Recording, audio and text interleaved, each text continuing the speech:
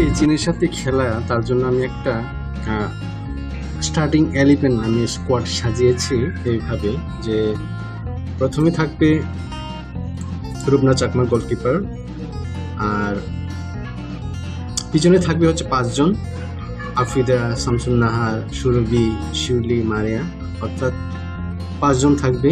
মাঝখানে থাকবে হচ্ছে মনিকা এবং স্বপ্না, এবং সামনে থাকবে হচ্ছে ঋতু, তহুরা এবং আনিকা। অর্থাৎ ফরমেশনটা সাজিয়েছি হচ্ছে আমি 5-2-3 ফরমেশনে। এখানে কি হবে দেখেন, চায়নারা যদি আপনার আক্রমণ করে, সেখানে প্রথমে মারিয়া, শিউলিরা ব্লক করবে। সেই ব্লক পেরিয়ে কিন্তু আফিদা, শামসুন নাহার সিনিয়র এবং সুরভি তাদের কাছে আসবে, তারা সেখানে ব্লক করার চেষ্টা করবে।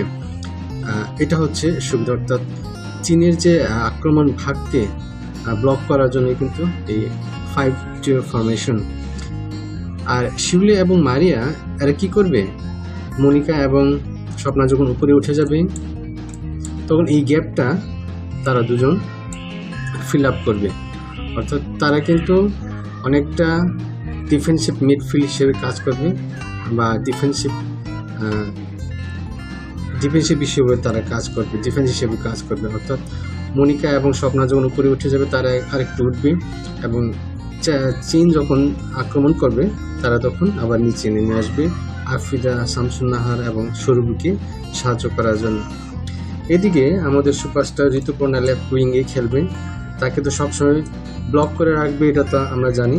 সুতরাং আমাদের আক্রমণটা হবে আনিকা কেন্দ্রিক, আমাদের আক্রমণটা হবে রাইট উইং দিয়ে, কারণ রাইট উইং দিয়ে আক্রমণ করে আনিকা যে বলগুলো সাপ্লাই দেবে, তোহরা সেই বলগুলো গোল দেওয়ার চেষ্টা করবে। অর্থাৎ তোহরা এবং আনিকার মধ্যে যে একটা বোলিং থাকবে, সেই হিসেবে কিন্তু মনে হয় কোচ পিটার বাটলার এই জিনিসটা প্ল্যান করবে। নিশ্চয়ই আমরা জানি তিনি অনেক বিজ্ঞ খেলোয়াড় এবং বিজ্ঞ কোচ, সেই জিনিসটা তিনি খেয়াল করবেন, অবশ্যই সেটা করবেন।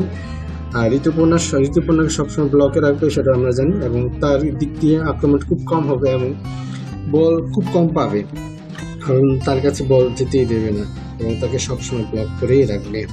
এই হলো আজকের যে মাঠের যে কন্ডিশন, চীনের সাথে তারা আশা করি এই পজিশনে খেলবে। জাস্ট আমার সাধারণ একটা খেলোয়াড়ি জ্ঞান হিসেবে এই জিনিসটা আমি করেছি। তারা 5-2-3 ফরমেশনে খেলার একটা সম্ভাবনা থাকতে পারে, যেহেতু তারা চায়নাকে ব্লক করেই খেলবে, এবং চায়নার কিন্তু আমাদের এই ফরমেশনটাকে চিন্তা করেই কিন্তু খেলবে। অর্থাৎ তারা কিন্তু ধারণা করবে যে চায়না, বাংলাদেশ আমাদেরকে একটা ফরমেশন, ব্লক একটা ফরমেশন দিয়ে আমাকে আটকানোর চেষ্টা করবে। সেই হিসেবে কিন্তু চায়নারা তাদের যে ফরমেশন বা তাদের যে প্লেইং স্টাইলটা চেঞ্জ করবে, বা তারা অত্যন্ত শক্তিশালী এবং সেই হিসেবে তারা খেলবে। সুতরাং দেখা যাক আজকের যে ম্যাচ দুপুর 2টায় কি হয়। আশা করি আপনারা দেখবেন, বাংলাদেশি মেয়েদের চিয়ার্স করবেন। অর্থাৎ বাংলাদেশ আমাদের যে গর্বিত করেছে বাংলাদেশ দেশকে, বাংলাদেশ যে এমন একটা দেশ, এমন একটা পর্যায়ে গিয়েছে যে এশিয়ান পর্যায়ে যে খেলা, আমাদের বাংলাদেশকে গর্বিত করেছে আমাদের মেয়েরা। সত্যি আমাদের মেয়েদেরকে ধন্যবাদ দিতে হয়, প্রশংসা করতে হয়। হোপফুলি আমরা দারুণ একটা ম্যাচ উপভোগ করব আমাদের মেয়েদের কাছ থেকে।